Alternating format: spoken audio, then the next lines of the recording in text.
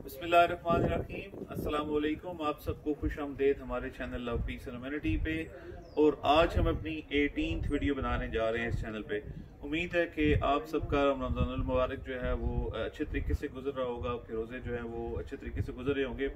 मैं समझता हूँ कि शायद ये हम सब का एक सबसे अच्छा रमज़ानुल मुबारक गुजर रहा होगा, क्योंकि हमें मैक्सिमम टाइम मिल रहा है हमारी इबादत के लिए, नमाज के लिए, कुरान पाक के लिए। और मैं ये भी उम्मीद करता हूँ कि इस कोविड-19 और पैंडमिक के जो सारा सिचुएशन चल रही है, इसमें आप और आपके जानने वाले और आपके जो अहबाब हैं वो डेफिनेटली खैरियत से होंगे। मेरी जो आज की वीडियो है उसका उन्वान या उसका जो टॉपिक मैंने चूज़ किया है वो कंस्ट्रक्शन इंडस्ट्री से रिलेटेड है। तो आप जैसा कि मेरे पीछे देख सकते हैं, नई कंस्ट्रक्शन हुई है। तो वो जो कहते हैं समझदार के लिए इशारा ही काफ़ी है। तो मैं चाहता हूँ कि जो मुझे कुछ एक्सपीरियंस हुआ है उसमें से कुछ जो टिप्स या जो लेसन मैंने लिया है वो मैं आप लोगों के साथ शेयर करूँ ताकि आपको कुछ फ़ायदा हो सके।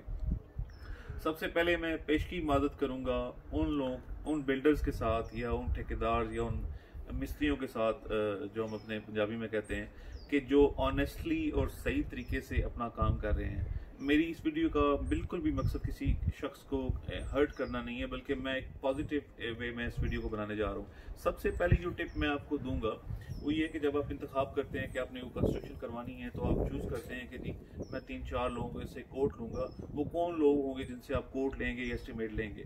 अमूमन मैं हमेशा अपने जो सुनने वालों को या दोस्त अहबाब को ये एडवाइस करता हूँ कि अगर आपने बाहर किसी को पैसे लेके काम करवाना है तो why not choose your family friends, अपने जानने वालों को चूज़ करें।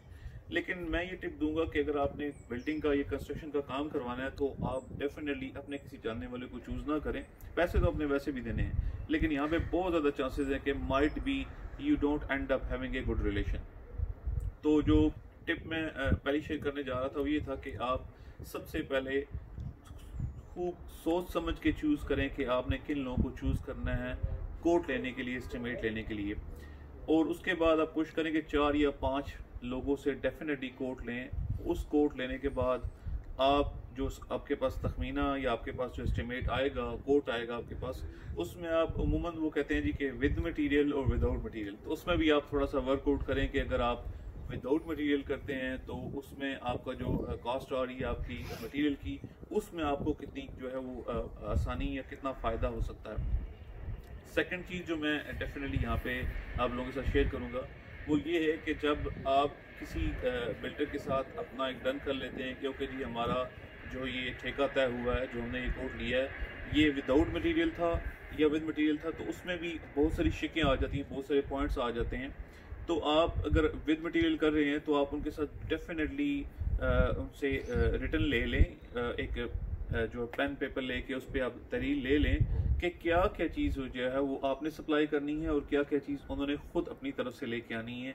ये भी एक बड़ा इंपॉर्टेंट पॉइंट है। इसमें हो सकता है कि आपको काफ़ी कास्ट आ जाए। अगर आपको एक 50,000 का कोट मिला था तो माइट भी, अगर अभी छोटी छोटी चीज़ें नहीं माइंड में रखते, तो हो सकता है वो 70-80,000 पाउंड आपको कास्ट कर जाए।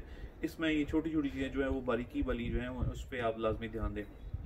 थर्ड टिप ये है कि आप अगर खुद मटेरियल लेके आना चाह रहे हैं तो उसमें आप डेफिनेटली जो आपके बिल्डर्स हैं उनको फॉलो करें कि अगर वो आपको ये कह रहे हैं कि आपने सीमेंट जो है वो फलां ब्रांड का लेके आना है, तो आप कोशिश करें कि आप उसी ब्रांड का सीमेंट लेके आएं।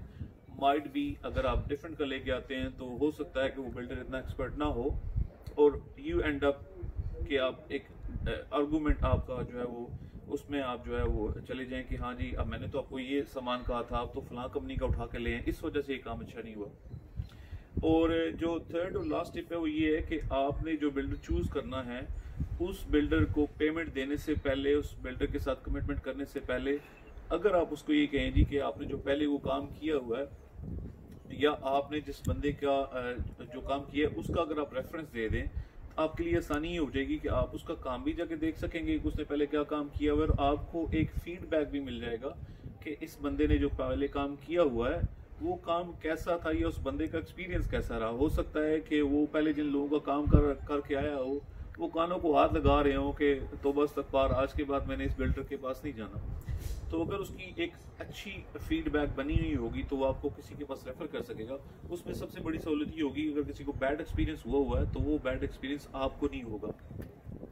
तो ये 3-4 टिप्स थी जो मैं आपसे शेयर करना चाह रहा था। तो जैसे मैंने शुरू में कहा कि पेशगी मदद जो ऑनेस्ट और हार्ड वर्कर बिल्डर्स हैं, कॉन्ट्रैक्टर्स हैं, उनके साथ, क्योंकि अमूमन इसमें होता यही है कि ये छोटी छोटी चीज़ें जो होती हैं अगर आप बिगिनिंग में डिस्कस नहीं करते, बिगिनिंग में तय नहीं करते, तो आपको बाद में मुश्किलात हो सकती हैं। हो सकता है कि आपका काम जैसे आप चाह रहे हो वैसे ना हो, या आपको जो कास्ट आपने माइंड में रखी हुई थी उससे बहुत ज़्यादा कास्ट आ जाए, और might be you and up losing the relationship with that person कि जिसने आपको ये कॉन्ट्रैक्ट दिया हुआ है। उम्मीद है कि आप लोगों को ये जो टिप्स मैंने 3-4 दी हैं, अगर आप इस पर थोड़ा सा वर्कआउट करें किसी बिल्डर को कॉन्ट्रैक्ट देने से पहले, तो माइट आपको कुछ कम कास्ट आ जाए या आपको अच्छा एक्सपीरियंस हो, बैड एक्सपीरियंस ना हो।